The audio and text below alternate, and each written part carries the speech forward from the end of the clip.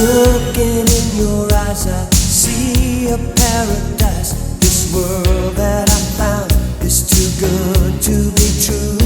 Standing here beside you, want so much to give you this love in my heart that I'm feeling for you. Let them say we're crazy, I don't care about that. Put your hand in my hand, baby, don't ever look back. Let the world around us just fall apart. Baby, we can make it if we're heart to heart. And we can build this dream together, standing strong forever. Nothing's gonna stop us now. And if this world runs out of lovers, we'll still have each other. Nothing's gonna stop us. Nothing's gonna stop us now. I'm so glad I found you. I'm not gonna lose you. Whatever it takes, I will stay here with you. Take it to the good times, see it through the bad times. Whatever it takes is what I'm gonna do. Let them say we're crazy. What do they know? Put your arms around me, baby. Don't ever let go. Let the world around us just fall apart. Baby, we can make it if we're heart to heart. And we can build this dream together, standing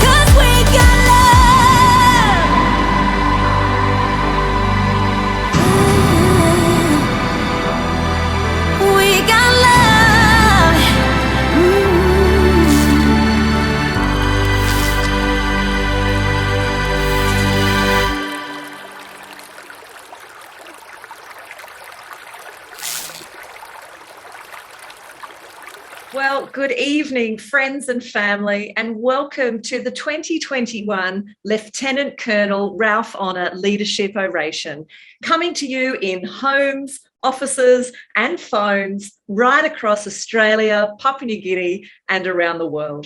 I am Jen Nelson, KTF CEO, and I'm absolutely delighted to be hosting this year's virtual event alongside my co-host, lawyer and KTF Archer alumni, Jerome Sisega. Before we start, I would like to acknowledge that I'm hosting tonight's event from the land of the Kombumerri people of the Ugambe language region.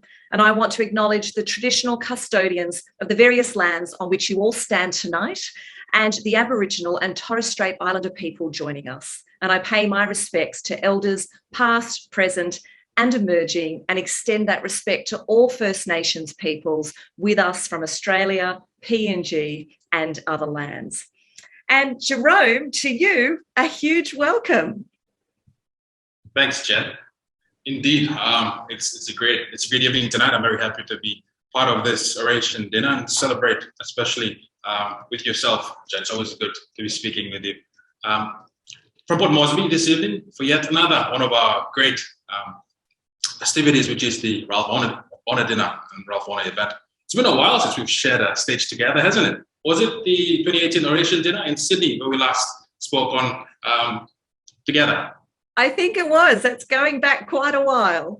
Yes, it is. I actually remember delivering a speech in person as a fresh-faced lawyer just out of law school, and I was at the Four Seasons in Sydney, and I just remember feeling all the energy in the room and the support that was given to that event and to KTF, not only by the supporters and our families, but also by the corporate partners.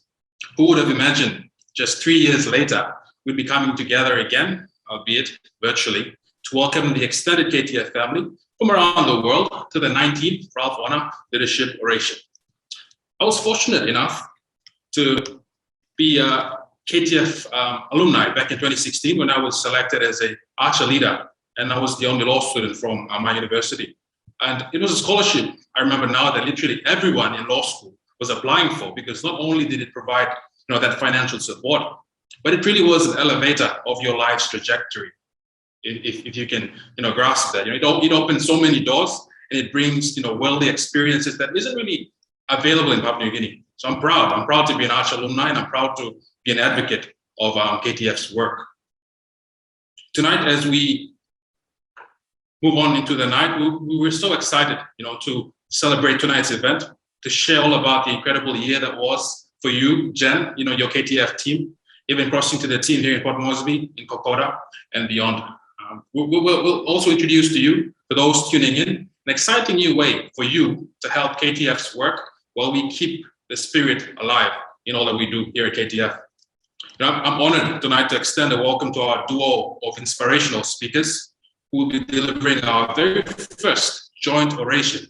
Papua New Guinea's own Ruth Kissam. I am blessed actually to know Ruth personally, and she is a real outlier. She's a champion of change, of human rights and of equality here in Papua New Guinea. We are also proud to have the irreplaceable KTF co-founder, the chair for 10 years, and KTF's actually very first orator, Mr. Patrick Lindsay. I'd also like to take a moment to acknowledge KTF's chair, Mr. Ian Kamish, who actually was a great High Commissioner to Australia back in his diplomat, for Australia to PNG back in his diplomat days. I also like to welcome the Board of Directors and John Honner, the son of Lieutenant Colonel Ralph Honner, who we celebrate on this very special evening. We also like to extend our warm welcome to the members of the Honner family who will be joining us virtually tonight. Tonight, together, we will commemorate, remember, celebrate the ongoing impact of KTF's programs in the Kokoda Track region and across Papua New Guinea. Over 18 consecutive years of presenting the oration, KTF has proudly kept the spirit of Kokoda alive, whilst reflecting on the importance of the mateship between our two nations. During this time, and indeed since the fierce battles of World War II, where our great friendship was forged, nearest neighbours, PNG and Australia, have grown both as countries and people. We've evolved in response to a combination of internal and external factors and influences, especially in recent times, such as the COVID-19 pandemic, as it has swept across the globe. As friends grow, the relationship between them also develops. And our new event format tonight reflects this growth, bringing together voices of Papua New Guineans and Australians, female and male voices, young and old. It keeps the spirit of Kokoda and the great mateship between our two countries alive. Indeed, Jen. From where I'm standing, KTF has done an extraordinary job as custodians of that spirit that you talk about. In yet another challenging year for us, faced with border closures, travel restrictions, and the current spread of the COVID-19 Delta variant across Papua New Guinea, the KTF team have shown great resilience, flexibility, and creativity to work with the communities across Papua New Guinea. It's a real embodiment of what KTF is as an organization. Indeed, with PNG now in its third wave of COVID-19, battling the devastating Delta variant of the virus, friendship is more important than ever. And we are grateful for the support of the Australian government through the PNG Australia Partnership and many NGOs like KTF who are working at the front line of this pandemic. KTF's efforts during these unprecedented times continue unabated to deliver projects in the vital areas of education, health, equality, and leadership. They have managed to expand into exciting new areas and locations in 2021. I invite you now to join us on a virtual journey to Papua New Guinea, where the KTF team will share with you the year that was.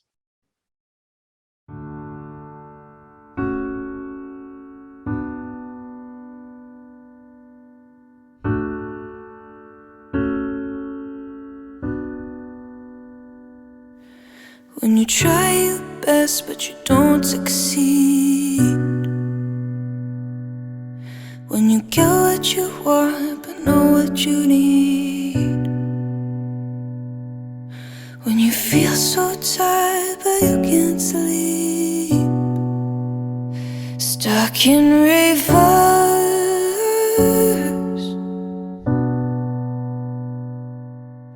It's extremely concerning. The pandemic has set us back by many years. I see it around me. Schools are being closed, then open, then closed again. Our students are doing it tough. Our health systems are under enormous pressure. Health workers are exhausted and afraid of things getting worse. Could it be worse?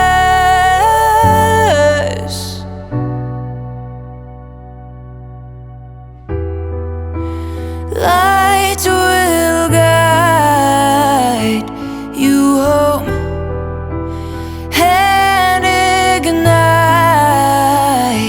your bones, and I will try to fix you.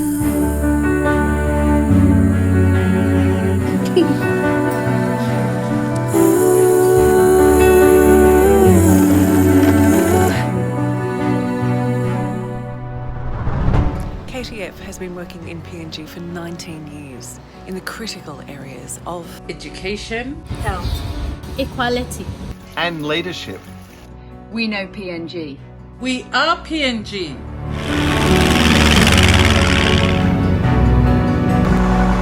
Just what you were.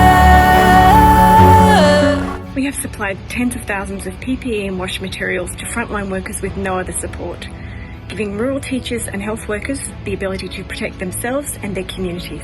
We have installed 47 solar vaccine fridges and trained all the health workers in our province in how to administer the COVID-19 vaccine. And we delivered a wide-scale education campaign on COVID-19 and the vaccine. Vaccines save lives. Despite the devastating pandemic, our vital work in education, health and providing clean energy for everyone continues. Tears stream down your face when you lose something. Our health workers continue to deliver primary health care treating diseases such as malaria, TB and pneumonia. Our health workers deliver babies safely, provide pre- and postnatal care to new mothers, and get immunisations to children across extremely remote areas. And they deliver family planning and sexual and reproductive health education and support. And also educating the community on how to live a healthy way of life. When I see needs rise, I usually go out there and give health education.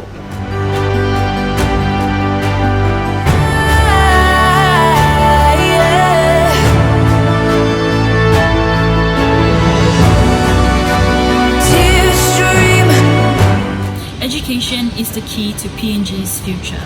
And we give people a second chance to get back into schooling.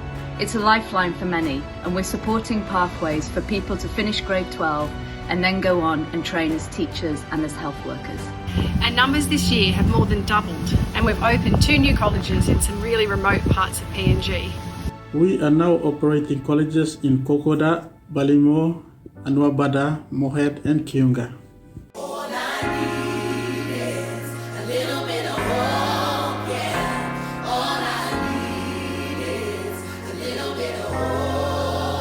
We also built a new school and we supported the operations of 85 elementary and primary schools with teacher training, coaching and vital resources.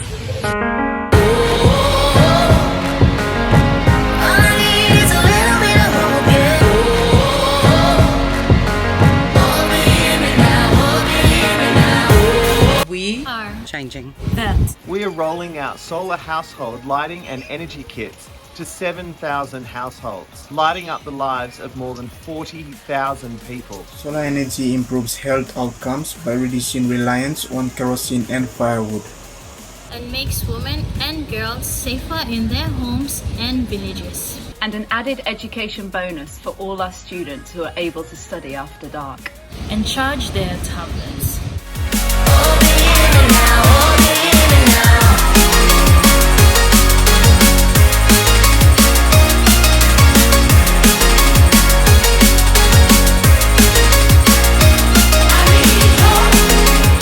Keeping women and children safe is one of our greatest and most urgent priorities.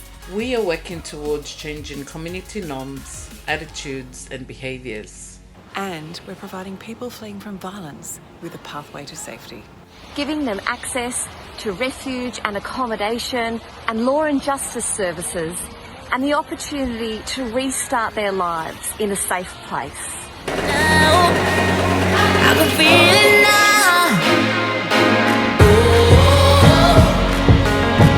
All I need is a little bit of hope, yeah. This is the generation we've been waiting for. A new generation of young, inspired, passionate leaders who are dedicated to social change. And we are so excited. Now in its 11th year, our Archer Leaders program continues to find and foster leaders who are committed to change. And equality. And transparency. And hope.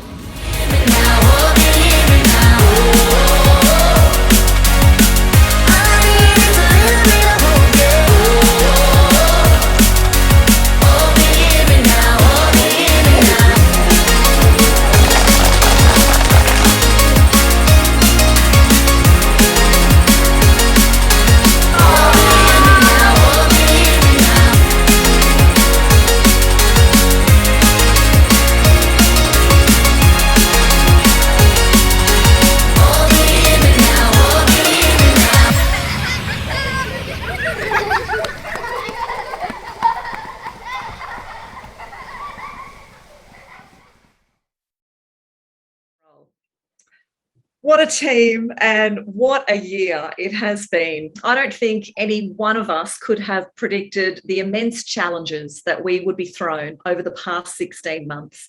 And the KTF team has responded with so much resilience and dedication, and we are in awe of each and every one of them. And on that note, continuing the inspiration tonight, I'd like to take the opportunity to introduce the first of our incredible orators tonight. Patrick Lindsay AM was co-founder of KTF and served as KTF's chair from 2006 for the next decade. Patrick is one of Australia's leading non-fiction authors, broadcasters, filmmakers and public speakers, and has written extensively about Kokoda, Gallipoli, Fromell and the spirit of the digger. Patrick was a personal friend of Ralph Honner and has interviewed many Kokoda veterans over 3 decades, making him one of Australia's leading experts. As the person who delivered our very first oration back in 2003, we're delighted that he is here again to usher in the new iteration of the Ralph Honner Leadership Oration. Friends and family, Patrick Lindsay. Thanks, Jen. It's a real privilege to be here with everyone tonight. First, can I start by sending my love and my best wishes to all of our friends in PNG as they fight this latest surge of the Delta strain of COVID. We're hearing some very sad and disturbing stories down here. Please make sure as soon as you possibly can to get vaccinated, you and your family. It's the only way we can beat this disease. We had to go through it down here and it's made a huge difference and saved a lot of lives. It's good medicine, it's good science. Please get vaccinated and look after your family. I hope that we can come up and visit as soon as possible. It's very sad that we can't come up to visit all of our friends up in PNG. And from my point of view, it's been the longest in almost 40 years that I haven't been able to come up and see the land of the unexpected and visit all our friends up there. So please stay safe, and I hope to get up there soon.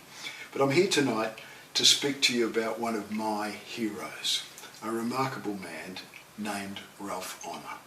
I first met Ralph about 30 years ago when I was filming interviews for the very first documentary that I made on the Kokoda campaign called Kokoda, the Bloody Track.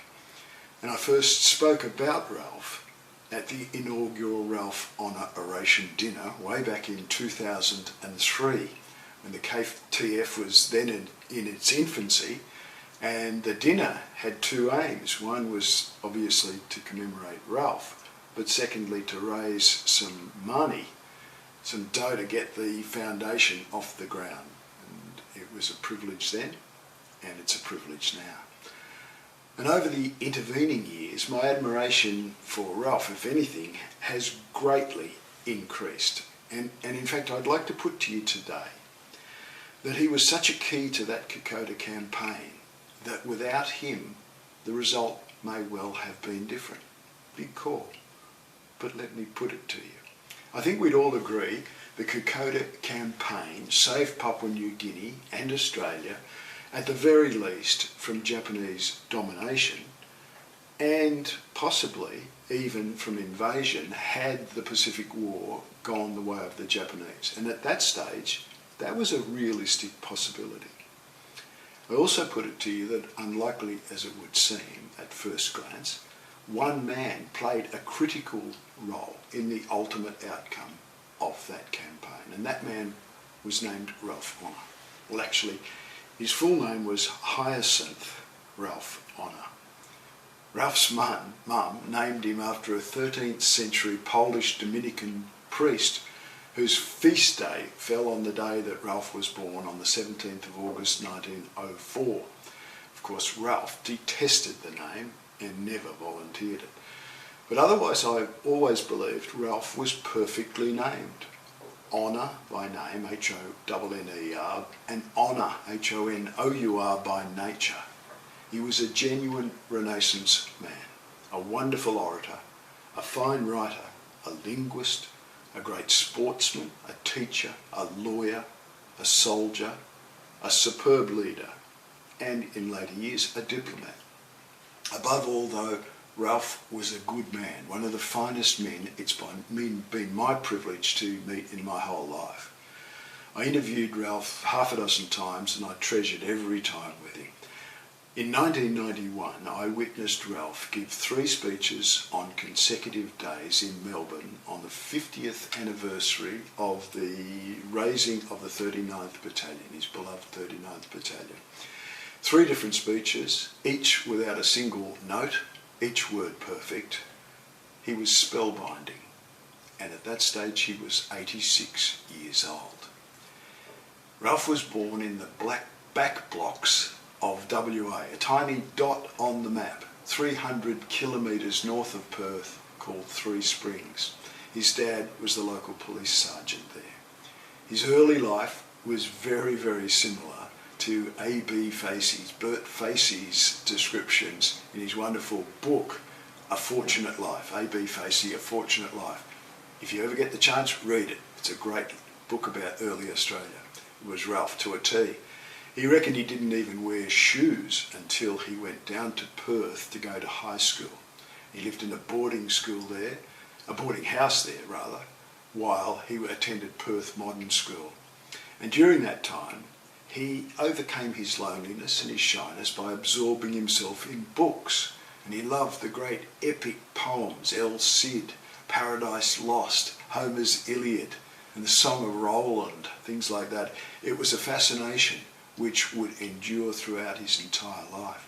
In fact, Ralph was one of the last great romantics. He wrote in the epic manner, with great flourish and style. He had presence. He spoke eloquently with great power and precision, but always in a sort of controlled and underplayed manner. And even as an old man, he was ramrod straight. Had Ralph been born in the days of King Arthur and Camelot, he would have been a dashing knight, and he would have rushed around righting wrongs and rescuing damsels in distress. And when he joined up in the World War II in the AIF, I'm sure that's exactly how he viewed his service. By the time he'd matriculated to the University of WA, he certainly looked the part. He was a handsome 6-footer, physique built with hard yakka on his farm, and at uni he studied arts, majoring in English and modern history, and he became a teacher. He played top grade waffle, Australian rules, in WA, and he represented the state at athletics. He taught then first in Kalgoorlie and then at the Hale School in Perth. Around this time he also met his beloved Marjorie, and it started a love story which would last 65 years. They married in 1934, just after Ralph switched careers to study law, and by the outbreak of World War II they had 2 young boys. Ralph actually anticipated the war. He joined the militia in 1936, and he brushed up on his language skills in French, in German, Italian and Spanish. And he was one of the first to enlist in WA, as his regimental number WX15 attests. He was then 35 years old, with a young wife and a young family, and he just started a promising legal career. He had a lot to lose, but like many others, he felt he had a duty to go, and he sailed for the Middle East in April of 1940. In North Africa, Ralph served as a company commander with a WA battalion, the 2nd 11th, and he immediately distinguished himself as one of our finest tactical commanders. Old soldiers will tell you that the real war is fought at the tactical level. And while the generals plot and plan their great strategies far away from the front, on the front lines, on the ground, the troops face each other man to man. And the tactical commanders are there with their men. They see the terrain, the conditions, the courage, and the casualties, and they see it firsthand. The tactical commander pits his wits, his courage, and those of his men against his enemies. He must lead by example, he must anticipate, he must react, he must hold his nerve. Above all, he must inspire his men. At that level, it's a very personal war. Ralph showed his superb leadership in the fighting in Bardia, in Tobruk and Derna, and then again during the disastrous campaigns in Greece and Crete. And his escape from the Germans in Crete reads like a story straight out of the boy's own annual. Ralph was recommended for a military cross for his bravery at Derna, and although he was passed over there, he was awarded the same medal for his leadership and bravery during the retreat from Greece. The citation for that military cross was written by Ralph's commanding officer, a World War I veteran, Lieutenant Colonel Tom Lush. This is how it reads. Citation WX-15, Captain then, Ralph Honner, recommended for Military Cross. This officer is the best company commander I have known in this or the last war. Throughout the campaign, he's led his men on all occasions with courage, cheerfulness, calmness and skill. That summed up Ralph perfectly. Courage, cheerfulness, calmness and skill. Ralph and the remnants of his 2nd 11th Battalion arrived back in Fremantle in May of 1942, and Ralph had a priceless 7 days with Marjorie and his 2 boys, before being promoted and posted as the commanding officer of a militia battalion that was then training in Geraldton. So looking back, how hard is it for us to understand the sacrifices that our diggers and their families made in World War II? Ralph had been away for just over 2 years. He sailed in April 40, he returned in May 42. They gave him a week at home with Marjorie and the kids before posting him. Ralph told the story of how his 2 young sons, then aged 5 and 3, had no idea who he was when he returned, and they reported to the nuns at their school that a strange man was cuddling their mum in the bedroom. The nuns figured it out, and they delighted in reporting the story back to Ralph. While Ralph was in the Middle East, things had changed dramatically in Australia, and his greatest fears were becoming a reality. Japan had bombed Pearl Harbor by then and conquered most of Asia. Singapore had fallen. And then in January, a huge Japanese invasion force, 25,000 odd, overwhelmed the Australian garrison in Rabaul, then capital of German New Guinea and then part of Australia. So Australian territory had fallen to an invader, and the Australian mainland was under direct threat for the first time in our European history. Then on July the 21st of 42, the Japanese landed at Gona on the north coast of the New Guinea mainland. They planned to travel overland and take Port Moresby, where they'd establish a base from where they could dominate Australia at their convenience. Our only combat experienced troops were in the Middle East or being rushed back at that stage, as that danger became evident even to the politicians in Canberra. But at that time, the only troops we had standing between the Japanese invasion force and the Australian mainland were untrained, untested militia troops who'd been rushed up to Port Moresby a couple of months earlier.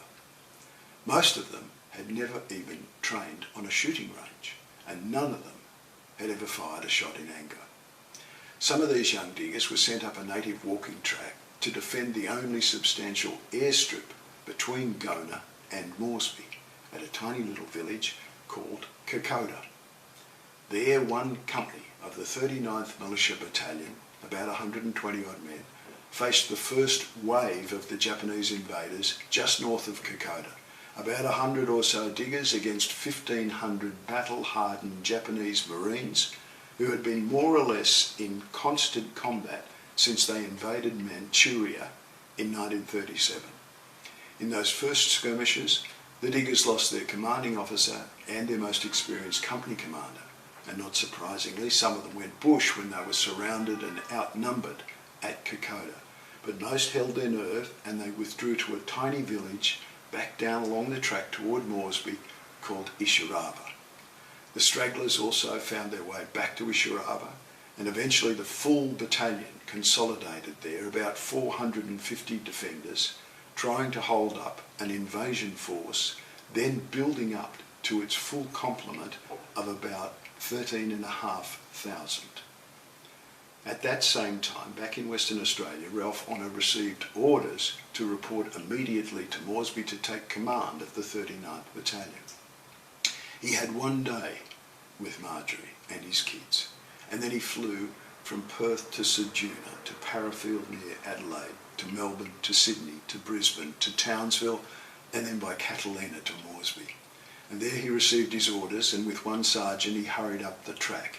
His orders were very simple. Hold the Japs on the northern side of the Owen Stanleys until you are relieved. Ralph arrived at Ishiaraba 79 years ago on the 16th of August 1942, one day before his 38th birthday. Try to put yourselves in the shoes of those young diggers. You may be 20. You know you're not trained properly. You're outgunned. You're outnumbered. You have no new clothes, no new food, no new ammunition, just what you brought up when you staggered up the track. And you've been out in the jungle by now for more than a month. You're constantly wet. You're starving. And you're scared. You're probably malarial. You may have dysentery by now. And to make matters worse, your temporary commanding officer is blaming you for going bush during the total confusion at Kokoda. That's where Ralph Honner came in. Whether by accident or design, he was the ideal man for this occasion. In fact, it's difficult to imagine anyone else who could have handled this situation. But Ralph's background, his training, and his temperament were ideally suited for it.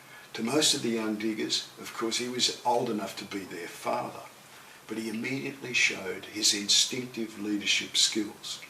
On his arrival, the man in charge, a tough rooster, a major named Alan Cameron, who'd already survived the retreat from Rabaul, told Ralph that he believed the diggers from B Company who'd gone bush at Kokoda were unreliable and should be dispersed among the other companies. Now, in military jargon, unreliable is about as bad as it gets. It means they have no ticker. They may run under fire. But Ralph looked at these young blokes and he took a totally different view. He told them he believed in them. He gave them a new commander. He told them he was placing them in the most dangerous sector in the entire Ishiaraba perimeter, the high ground, where he anticipated the heaviest attacks would happen. He called it the post of honour, and he told them he expected them to rise to the occasion.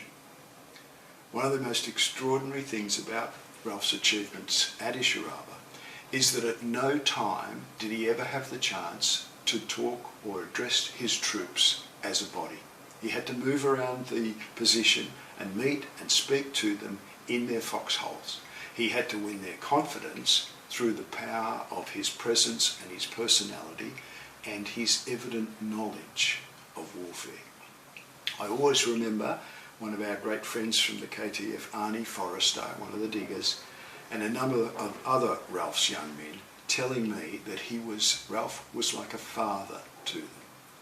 Arnie told me that only a couple of years ago when he was about to turn 100. Ralph told Arnie and his comrades that he expected them to rise to the occasion when the Japanese attacked, and they did. During the raging 4-day battle at Ishiaraba, when they were outnumbered as many as 10 to 1, B Company held that high ground and repaid Ralph's faith in them. Ralph later summed up the 39th Battalion performance in his beautiful prose. He said, "Indeed, the strangest feature of their story is that the weaker they became, the stronger and fiercer waxed their resolution to hold on at all costs until the long-promised relief should become a reality. In the testing crucible of conflict, out of a welter of defeats and disasters, of mistakes and misfortunes, of isolated successes and precipitate withdrawals, they were transformed by some strong catalyst of the spirit into a devoted band wherein every man's failing strength was fortified and magnified by a burning resolve to stick by his mates." I've always believed that is the finest definition of mateship I have ever heard. I still do. In pulling together the young men from the 39th Battalion, Ralph had performed a truly remarkable leadership feat, and he did it in just 10 days. That's the time he had to get to know his men, prepare their defences while the Japanese consolidated after the landing and before launching their massive assault on Ishiaraba. And there were none of those American-style death or glory speeches from Ralph, just Ralph instilling confidence and teamwork in his young diggers. And the spirit he engendered in those young diggers was later perfectly illustrated by the way a group of their walking wounded responded when they found the battalion was in trouble back at Isharaba. About 30 of them, too sick or too badly wounded to fight, had been sent back down the track towards Moresby in safety after the 39th was reinforced by the 2nd 14th, the first of the AIF battalions back from the Middle East. The wounded had struggled only back down to the next main village on the track, Alola. But as soon as they heard their mates were in dire straits back at Isharaba, 27 out of the 30 immediately turned around and headed back to the firestorm from which they'd been so recently reprieved. Jeff Byrne was one of them, and he expressed it later this way. The battalion was in trouble, and 27 out of 30 went back. Those who didn't were minus a foot, had a bullet in the throat, and a forearm blown off. We never did it for God, King and country. Forget that. We did it because the 39th expected it of us. Had Ralph failed to rally those young diggers, and had they failed to hold up the Japanese long enough for the AIF reinforcements to reach them, and then to conduct a fighting withdrawal back down the track, the whole Kokoda campaign must have been in doubt, and PNG and Australia must have been in great jeopardy. Ralph's role has never been fully recognised, and that's really quite not surprising, because even at the time the top brass didn't appreciate what he'd done. In fact, after he returned to Moresby, once the 39th had been relieved on the track, Ralph was told to report to Blamey at the headquarters in Moresby, the commander of the Australian Army. Ralph was astonished when he realised in talking to Blamey that Blamey thought Ralph had just arrived from Australia. He had no idea, nor according to Ralph, any interest in what Ralph had been doing. Ralph was disgusted at the way he and his men were treated by Blamey, and he never forgave Blamey. After the Kokoda campaign, Ralph went on to lead the 39th at Gona against the entrenched Japanese, who by then decided to fight to the death. And at great cost, the diggers finally defeated the Japanese there, and Ralph was able to send his famous cryptic message back to headquarters: Gona's gone. The Australians suffered terrible casualties at what became the battles known as the battles of the beachheads at Boona and Gona and Sanananda, where the Japanese invaders were finally annihilated, and less than 10% of that original invasion force ever returned home to Japan.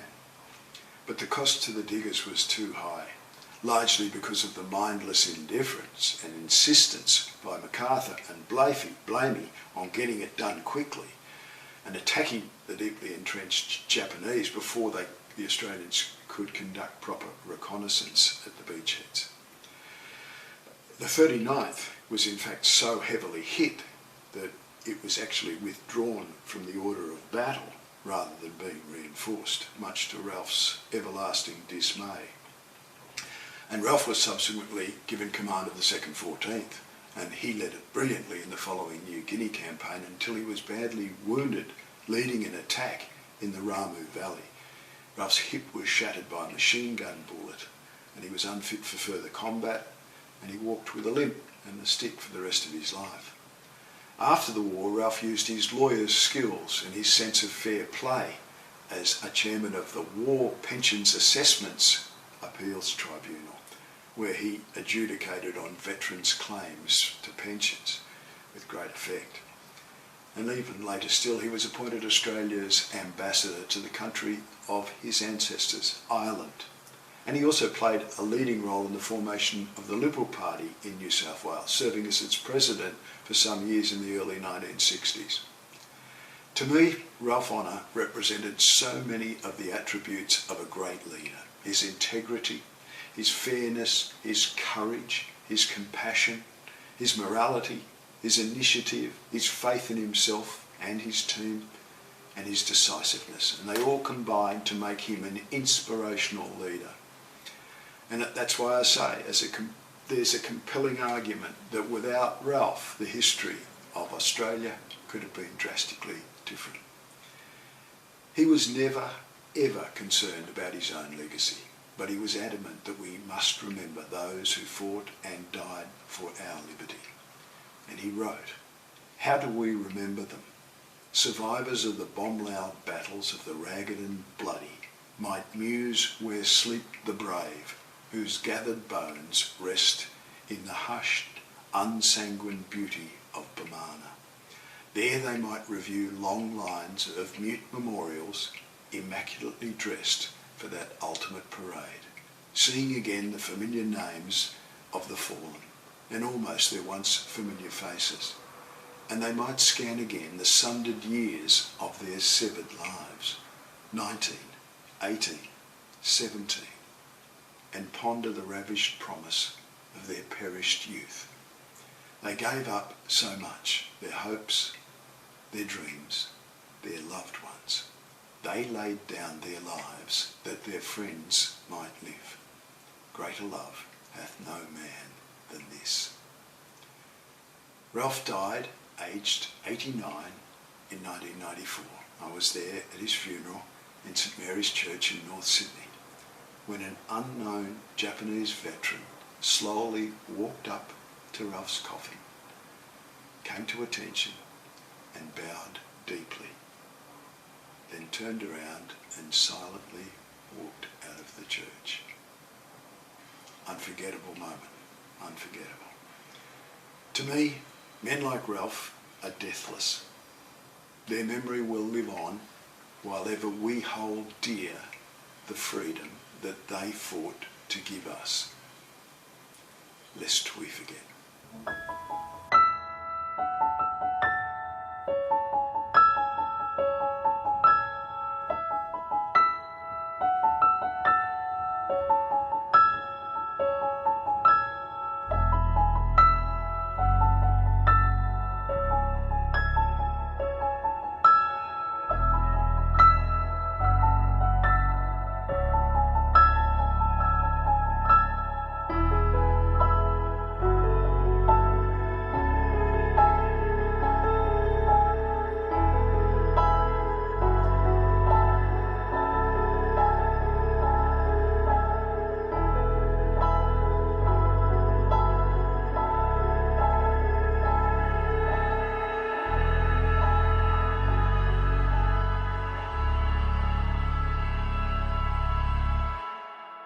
Thank you, Patrick. Yet another incredible story from one of the great storytellers. I think you'll agree that Patrick brilliantly captures the great mateship that formed and endures between Papua New Guinea and our Australian neighbours. From Australia, we now head back across that short 3.5-kilometre stretch of water to here in Papua New Guinea. As Jen mentioned earlier, it has been another huge year for the KTF team.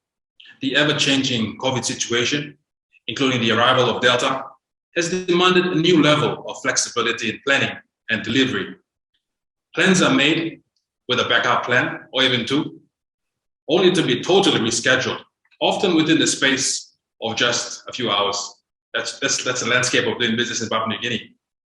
With the exception of a whirlwind visit by Jen and KTF COO Mike in February, just before the virus took a real hold here in Papua New Guinea, the Australian team have been landlocked, while Zoom has been the team's best friend. And I don't doubt that Zoom has been everyone's best friend in this period. The growing PNG team have done an extraordinary job delivering programs right across Papua New Guinea, including 5 colleges and 15 aid posts, moving it into new regions, new locations, increasingly remote locations.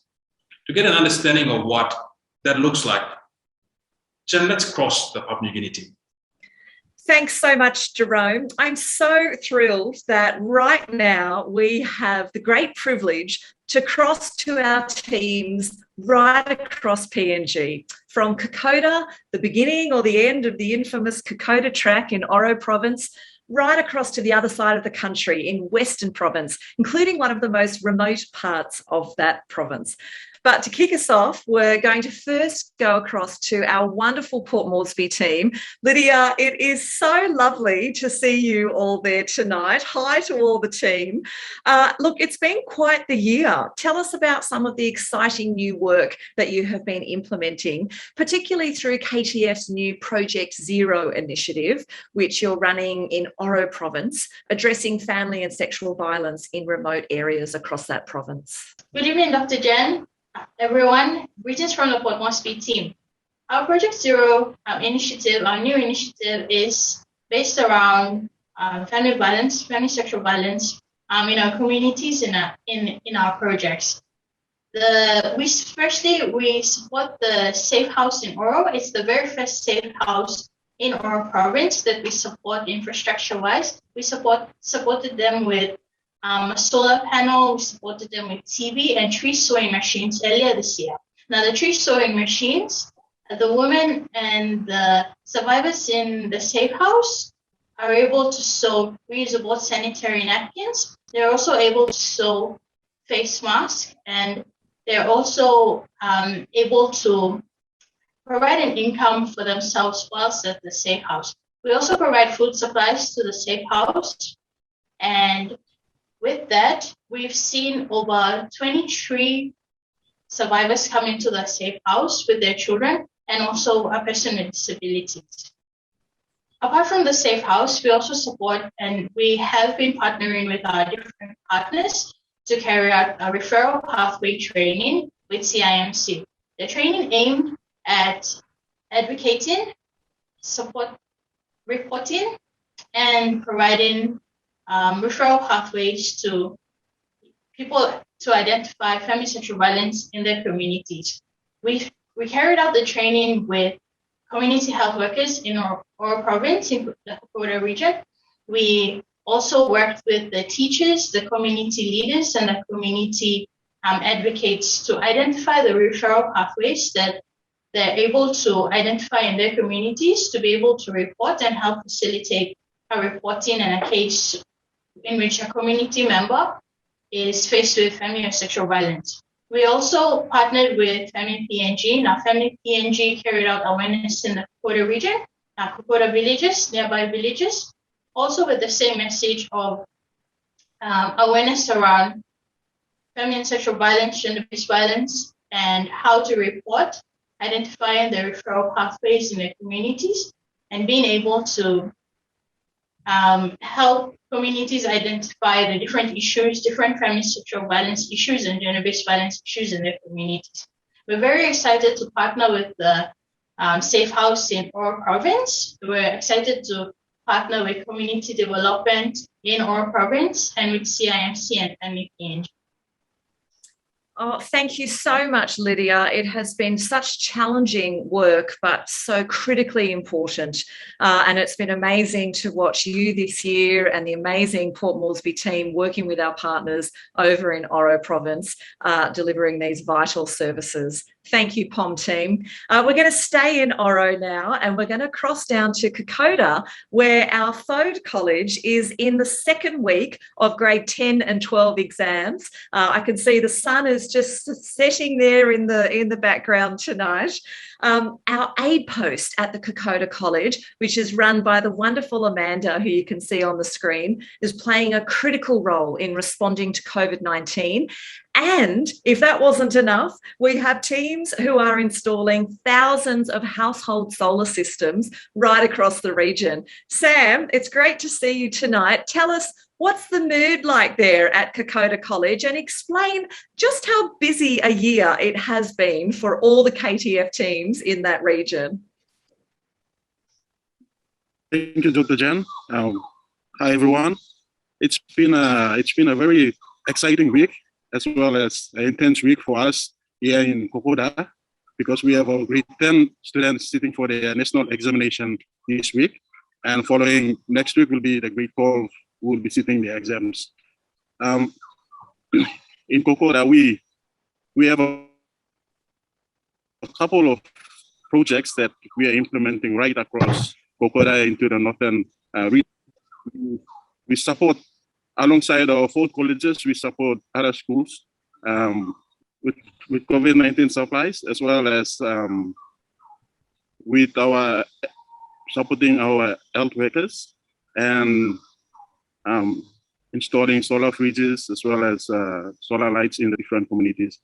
This year we have two new projects that we implemented, which is the Kicks for Kokoda, and that is training new coaches to carry out health awarenesses to adolescents using sport, especially soccer, and also the implementation of the installation of lights across the different communities in Kokoda region. So it's been a very challenging year. COVID-19 is not making it quite easier for us, but we have a very dedicated team who are committed to their job, and despite all the odds, we managed to have our grade 12 students sitting the exams, as well as the other projects that we are trying to implement has been implemented successfully. Thank you.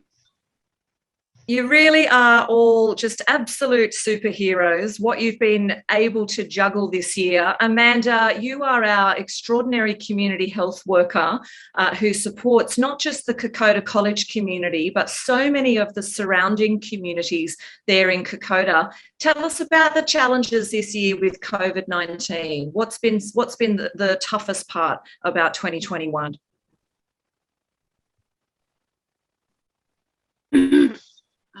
Good afternoon, everyone, Dr. Jen and everyone.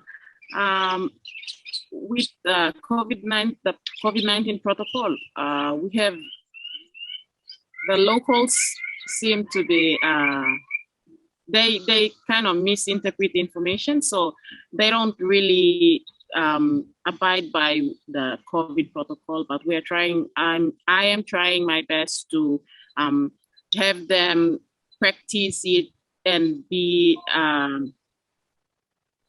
get it to be part of them, and like it's the new norm, since it's a new normal now. So we are practicing strict COVID-19 protocols here at the clinic, and we see patients, almost 20 patients a day, every day, from outside communities as well. And yeah.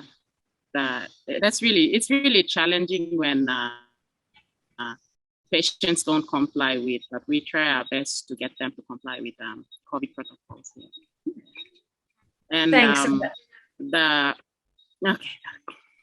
Thanks, Amanda, for the work that you do. You are on the front line of this pandemic, and we know that vaccine uptake has been slow, but we know it's started. And to have champions like you on the ground providing that education and that care to communities is just absolutely wonderful.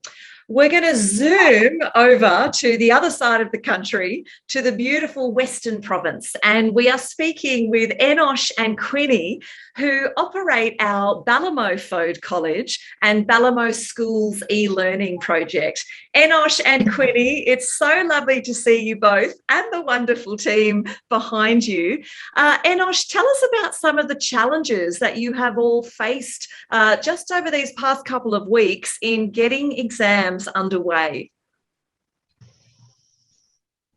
Good evening, Dr. Jen, and all the viewers as well. I am really proud to have this opportunity to share with you some of the situations and the challenges that we're going through the delivery of the exams. At the back of me, you can see this marvelous, wonderful, hardworking staff of Western Province, particularly in Balimo.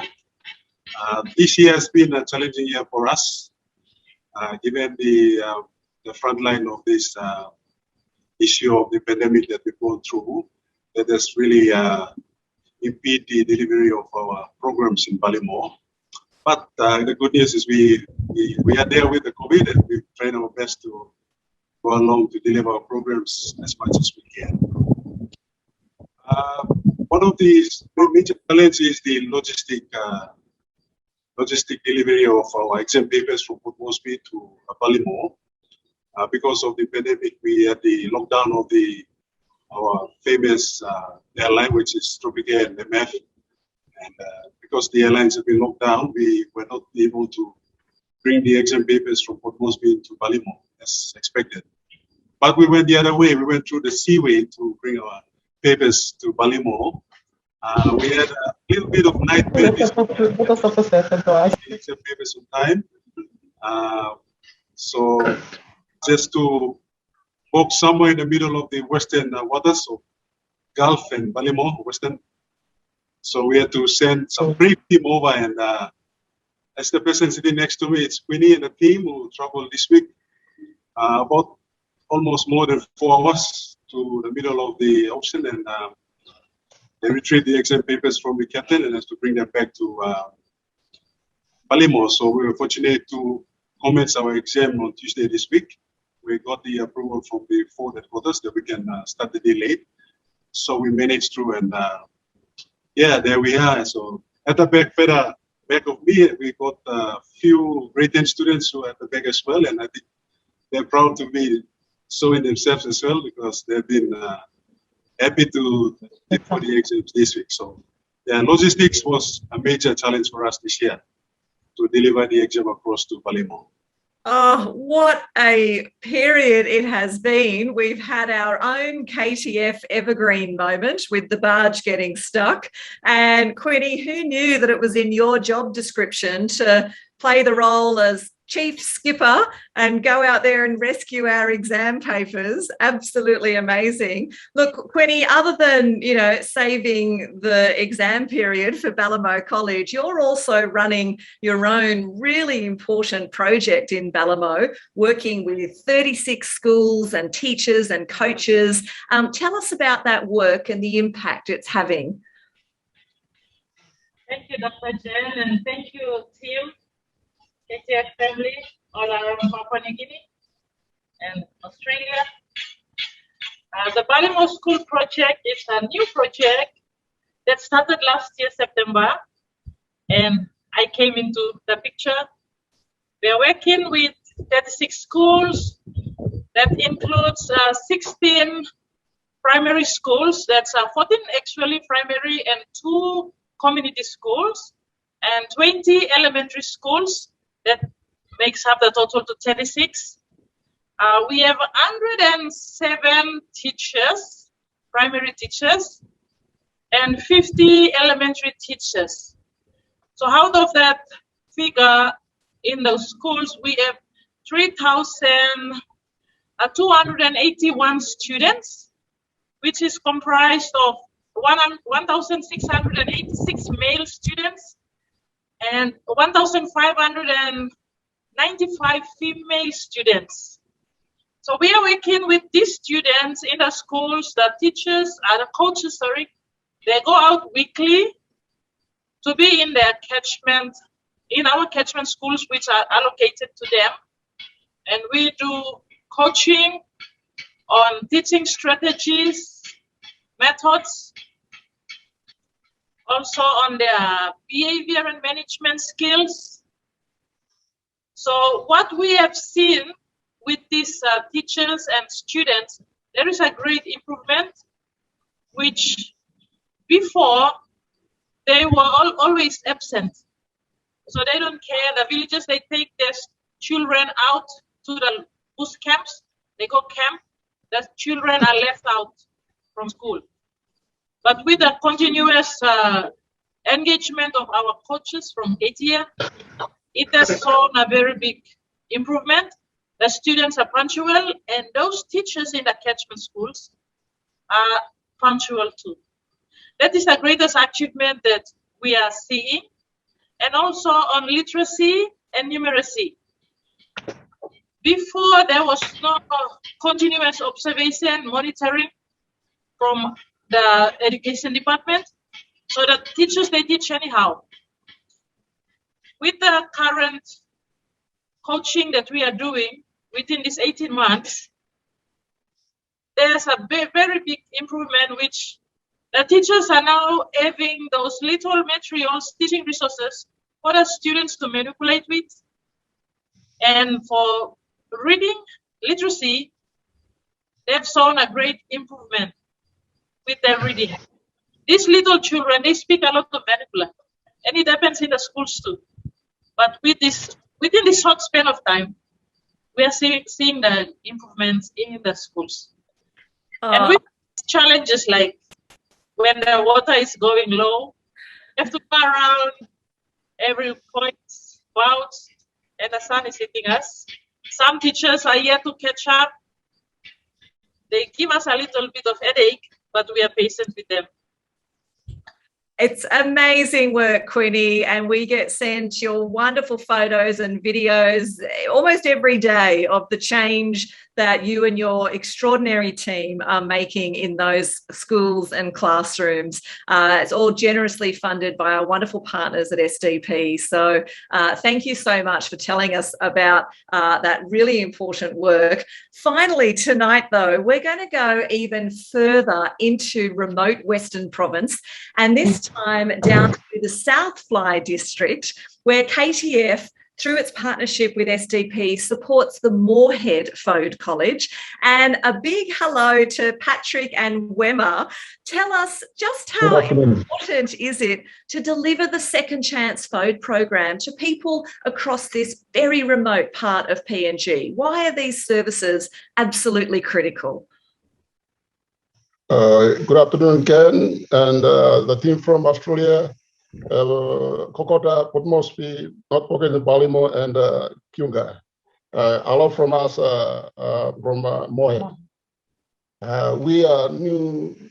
This team is a new face in the team of KTF, and we started this year on around March, and we are excited to see our grade 10s and grade 12s sitting for the current national examinations that is underway, and we feel, it's a bit of an achievement on our part, despite those challenges we have been through.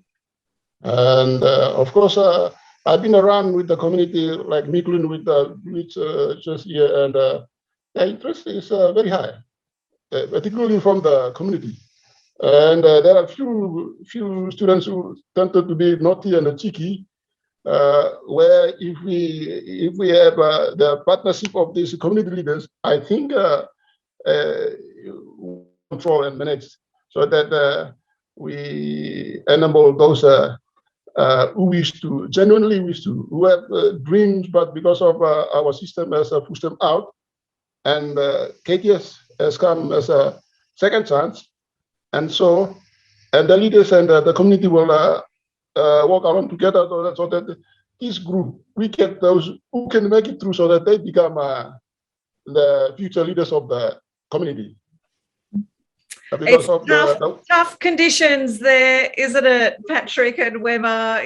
You're battling the terrain, the remoteness, the weather sometimes. Right. But what you're doing is providing that second chance education to people who otherwise wouldn't have the opportunity, building a pipeline of teachers and health workers for that remote Moorhead region. And we're so grateful that you could join us tonight and we could have this conversation via technology. Hey, it doesn't always work. But look, a big thank you to the KTF team for your dedication and commitment to your communities and programs. Jerome, I have been absolutely inspired by them. Wouldn't you agree? Definitely, absolutely. How fantastic it is to see the team, to put the faces to the names. We hope that, for you watching, this gives you a better understanding of what is happening, right across our country. It is now my absolute honor to introduce an incredible Papua New Guinean, Ruth Kissam. Ruth Kissam is a champion of change and human rights defender, a community organizer, and an activist. She uses her voice to represent the countries and the communities most vulnerable, particularly women and girls, and is passionate about leading grassroots initiatives with her extensive experience. She manages partnerships between the government, civil society, organizations, and local communities. Ruth has a deep insight into the challenges facing women in Papua New Guinea, including maternal and child health, education, gender-based violence, and a lot more. Her focus and mission has been to change thinking and cultural attitudes about how women especially are valued in Papua New Guinea. Before her current role with Catalpa, Ruth served as the Director of Operations for the PNG Tribal Foundation, and she was widely recognized for her work to reduce socio-related violence and gender violence in Papua New Guinea. Ruth is actually the current chair of the Advancing PNG Women Leadership Network and a committee member of the National Human Rights Commission. She's also a graduate of law in Papua New Guinea, a Draper Hills Fellow of Stanford University, and indeed an Obama Foundation Scholar from Columbia University. Ruth is an impressive woman and a great friend to KTF. We are therefore delighted that she's the first Papua New Guinean woman to deliver the Lieutenant Colonel Ralph Honner Leadership Oration. Ladies and gentlemen, Ruth Kissam. Thank you, Jerome, for the wonderful introduction. It's actually such a huge pleasure for me to be here. And I was first approached by Dr. Genevieve Nelson to speak as part of the Ralph Honner Leadership Oration. Apart from being elated, of course, I felt quite intimidated.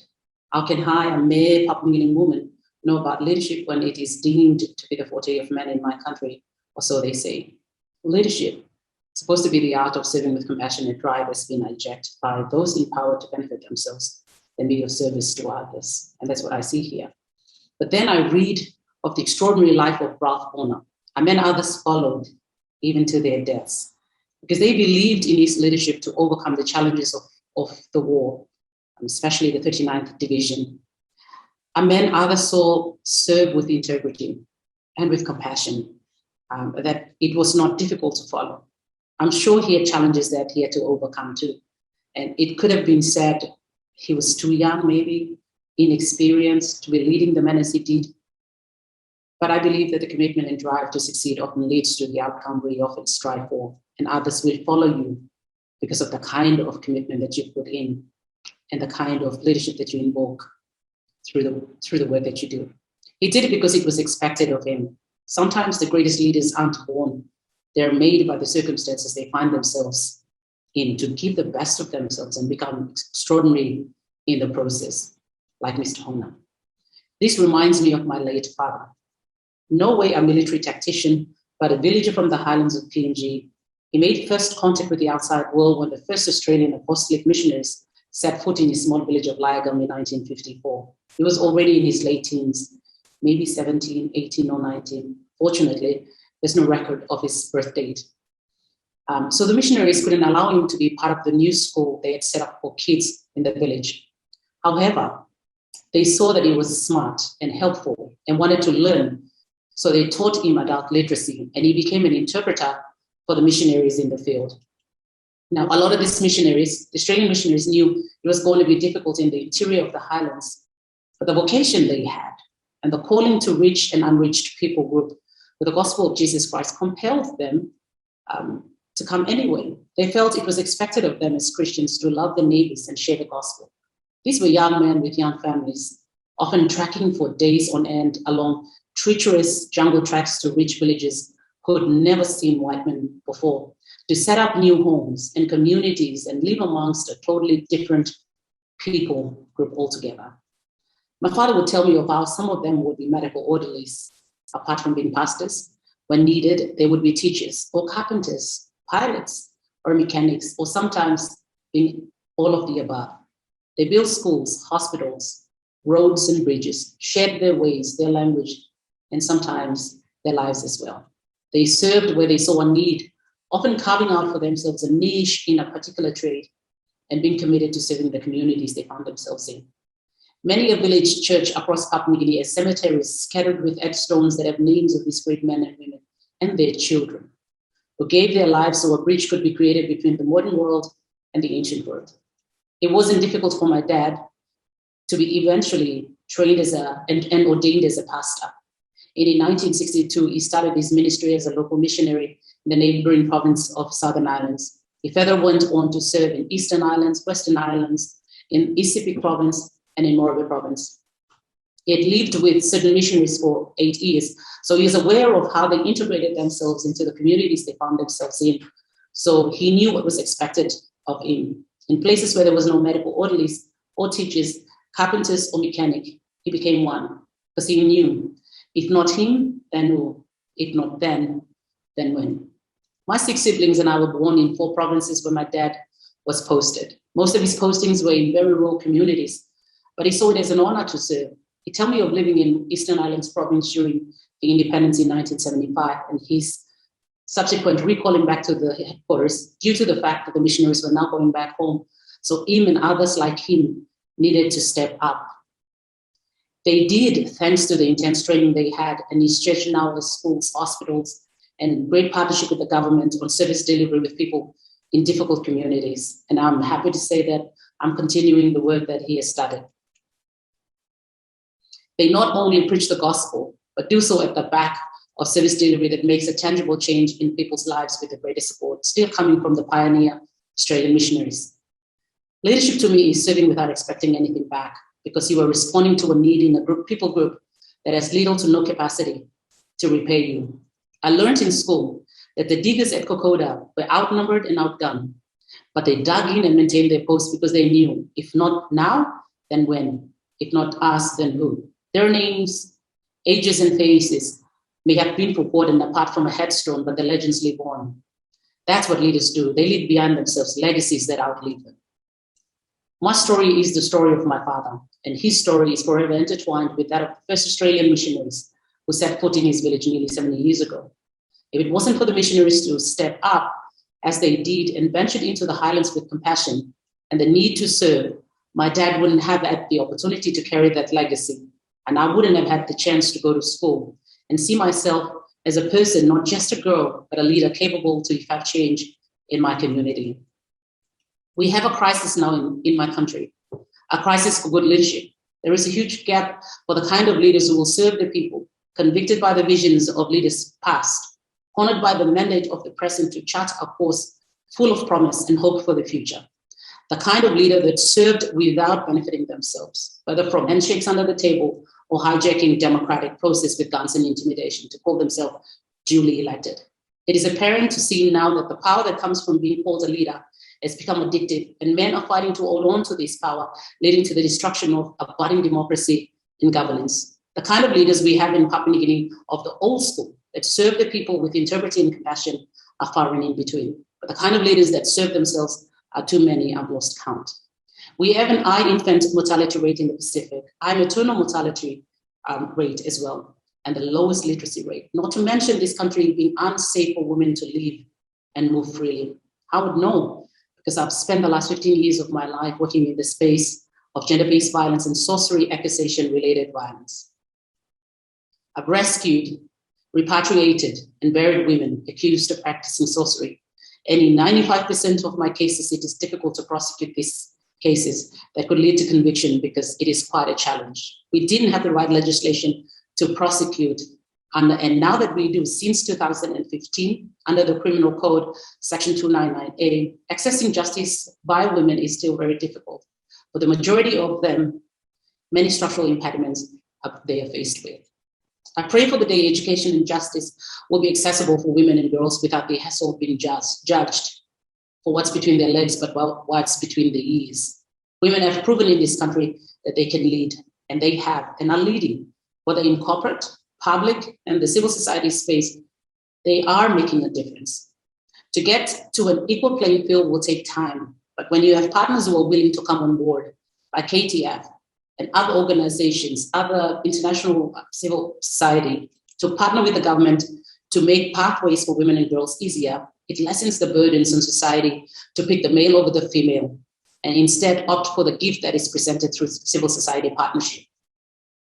Just like the diggers did in World War II, and the missionaries did after the war, and now through NGOs like KTF, the neighborly act of kindness has not stopped, and I pray it never does. Because having good neighbors is an asset in any community, and the blessed connection that PNG and Australia has will continue long after each one of us are gone. Thank you so much, Ruth, for your powerful testimony. Ruth is a leader in every sense, the modern day embodiment of the leadership qualities shown on the battlefields of Kokoda, and I am sure that Ralph himself would be so inspired by Ruth's incredible words and the amazing person that she is. Tonight, we hope that you have gained an insight into the work of KTF, work that is inspired by keeping the spirit of Kokoda, exemplary leadership, sacrifice, courage, endurance, and mateship. Kokoda is our spiritual home. It's where KTF started offering education scholarships almost 20 years ago. And today, KTF's Kokoda College is a place of learning nestled in the mountains that provides hope for the teachers, the health workers, and the leaders of the future. It's a place in their corner of PNG where they can follow their dreams to serve their own communities along and around the Kokoda track. Tonight, we are launching funds in honour of those brave individuals who lived the spirit during the Kokoda campaign and beyond. Their legacy will enable students to do their FODE studies at the Kokoda College, gaining their grade 12 qualification through a second chance education pathway that will then enable them to go on to tertiary studies in fields of either teaching or health work. We're delighted to introduce the Kokoda College Funds. Thank you, Jen. The first fund, the Ralph Honner Fund for Leadership. Lieutenant Colonel Ralph Honner was a leader whose words had the innate power to lift a spent, demoralized force to become an effective unit, instrumental in key victories during the Kokoda campaign. Lieutenant Colonel Ralph Honner is the inspiration for KTF's annual leadership oration, which has been happening for the past 19 years, and there's so many more years of this oration to come. The second, the Ovoru Idiki Fund for Sacrifice. Ovoru Idiki was one of the legendary Faziwazi angels who embodied the word sacrifice by putting personal safety aside to shepherd injured soldiers to safety on the Kokoda track, across mountainous terrain, and often under enemy fire. A great friend to KTF, Ovoru welcomed us and all our trekkers to his village of Naduri until his passing in 2013. The third, the Stan Bissett Fund for Courage. Stan showed that courage comes in many forms at Ishirava. On hearing his brother Butch was critically wounded by machine gun fire, Stan pursued the stretcher bearers carrying him up the track. On catching them, Butch was laid beside a tree where the brothers sat talking and singing together for 6 hours until Butch finally slipped away in Stan's arms. In memory of the brothers' courage, Kokoda historian and KTF director Bill James would stand alongside Stan at our early Ralph Honner Oration dinners and regaled attendees with a rendition of Danny Boy that rarely left a dry eye in the room. The fourth, the Bede Tongs Fund for Endurance. Bede's 3rd Battalion spent the longest period fighting on the track, with heroic actions that protected his men while opening the way to take the Japanese position. Bede led his men through to see the Australian flag flying over Kokoda on the 6th of November, 1942. With an enduring understanding of and affection for the people of PNG, including the Faziwazi Angels, Bede was a dear friend, a proud KTF ambassador, and delivered the leadership oration back in 2013. The fifth, the George Palmer Fund for Mateship. George's face is forever linked with Kokoda as a soldier in the tin hat, one of the most famous images of the campaign. Kokoda has also had George's heart alongside his beloved wife, Josie. And George's commitment to KTF's work left an indelible mark through the George and Josie Palmer Fund. George returned to Kokoda on a number of occasions and did the honor of turning the sod for the construction of Kokoda College. And finally, the Faole Bokoi Fund, also for mateship. The scene of Ralph Honner's renowned oration to his troops, Manari, was also home to Faziwazi angel Faole Bokoi, a true friend to those he helped during the battle. Faole's spirit of mateship lives on. His son, Sai, is KTF's projects officer, our longest serving team member and custodian of the connection to community that keeps this great friendship with his village alive. You can support your chosen Kokoda College Fund and keep the spirit alive by making a tax-deductible donation at ktf.ngo. Our goal is to support 24 students through their studies at the Kokoda College in the year ahead. $2,500 will put a student from the remote communities along the track through the Kokoda College for a year and allow them to follow their education dreams. I'm privileged to come from a family where I had another sibling who had already gone to university before me, and my parents were teachers, are teachers by profession. So I've known the power of education from a young age. Education, in all its forms, is the only vehicle for change in my country. I know firsthand how some of my friends from uni, who are also KTF alumni, are the first in their tribe of 1,000 people to have university education. And they solely carry that torch for their tribe in this city of Port Moresby and wherever else they go. Another friend of mine, when he goes to his village on holidays, has to catch a plane, a boat, climb a mountain, and walk 48 hours to see his mom and dad and see the place he calls home.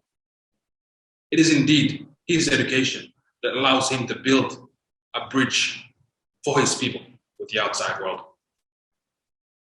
You see, access to education is incredibly limited in rural Papua New Guinea. The remote communities in the greater Kokoda catchment are no exception. The Kokoda College gives a second chance at education to those who would otherwise not have that opportunity. Thank you for providing this opportunity. And thank you, Jerome, for sharing your own personal story about the power of education. As we've seen tonight, we at KTF have had an extraordinary year, but we're also now gearing up for the year ahead. And our work is only possible thanks to the support that we receive from you, our incredible donors, corporate and government partners. If you are in a position to help the life-changing work of the Kokoda College, we'd really value your support. And on that note, our event draws to a close. A very special thanks goes to all those who made this evening possible. Ruth Kissam, Patrick Lindsay, the KTF team, in front of and behind the camera, of course, particularly the online and video wizardry of COO Mike Nelson, and to you, our loyal KTF friends and family. And a huge thanks to you, Jerome. It's been an absolute pleasure hosting with you tonight. We look forward to seeing you all again next year as the world starts reopening, fueled, of course, by increasing vaccine rates. For those of you who are in Sydney, we are excited and delighted to announce the Keeping the Spirit cocktail event being held on the 4th of February 2022. Details and tickets will be available soon. In the meantime, if you are in a position to help change futures by making education dreams come true at the Kokoda College, whilst you're still online tonight, jump on across to ktf.ngo and there you'll be directed to where you can donate to the fund that best represents the spirit of Kokoda for you. Thank you for joining us. Please continue to stay safe and healthy, and thank you for keeping the spirit of Kokoda alive. Good evening. Why do we always feel like we need to try?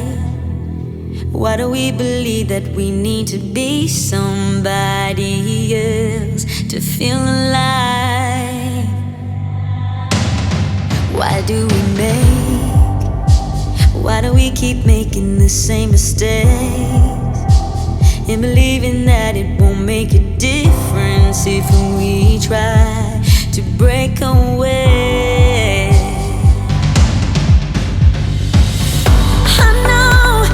I know what you must be thinking, but we are powerless to change things. But don't give up, 'cause we got love, 'cause we got love.